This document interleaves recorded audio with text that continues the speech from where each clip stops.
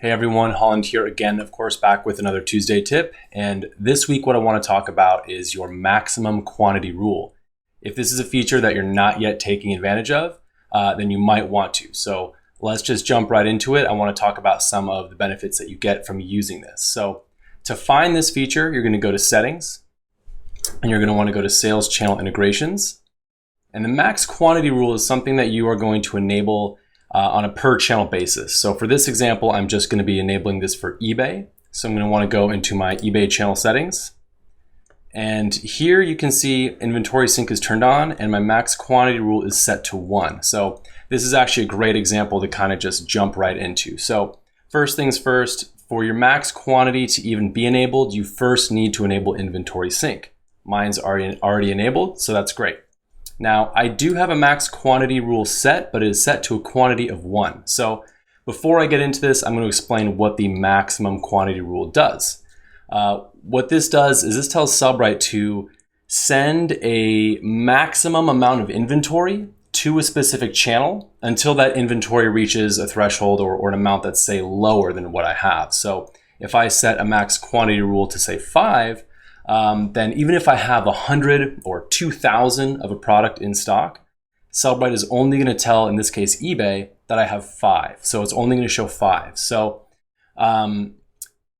one really good thing about this is setting a sense of urgency for your buyers, right? If you have, like I said, hundreds or thousands of something in stock, and buyers can see that you have, a nearly unlimited amount of something, that doesn't really create a good sense of urgency. If you only have 2 or 3 available, 5 available, it's more likely that someone's actually going to make that purchase. So it's really great for creating that sense of urgency. And another thing that's really good about the maximum quantity rule, and again, this is specific to eBay, is that eBay has selling limits for new eBay sellers.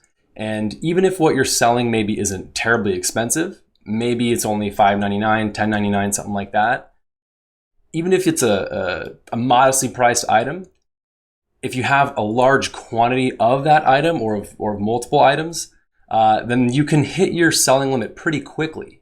And having this max quantity rule set up will actually keep you below your eBay selling limit. So again, great for creating a sense of urgency for your buyers.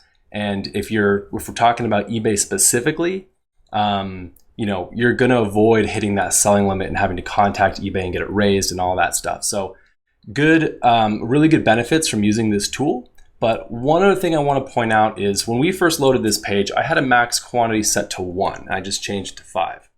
Having a max quantity of 1 is not typically the best idea, at least specifically for channels where your listings can end or go out of stock and you actually have to relist that item. So eBay, Etsy, some marketplaces, that'll actually end your listing, because even though Sellbrite is only sending a quantity of 5 or 1, but you have a lot in stock, if I have a quantity of 1 being sent to eBay, what'll happen is someone will buy that 1 quantity and the listing will actually end before Sellbrite gets a chance to sync that new 1 quantity back out. So it's typically good to have a low max quantity, but not so low that your listing will actually end and then cause you to maybe relist multiple listings and stack up a bunch of relisting fees and things like that. This is, of course, really only an issue if you don't have eBay out of stock control enabled.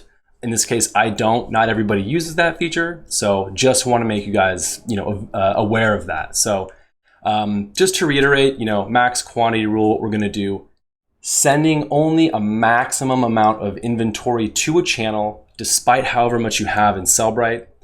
If I'm sending 5, someone buys 1, I'll temporarily have 4, but Sellbrite's going to sync another one back out. And it's always going to show 5 until you hit an actual quantity in Sellbrite that's, say, lower than 5. So that's how this works.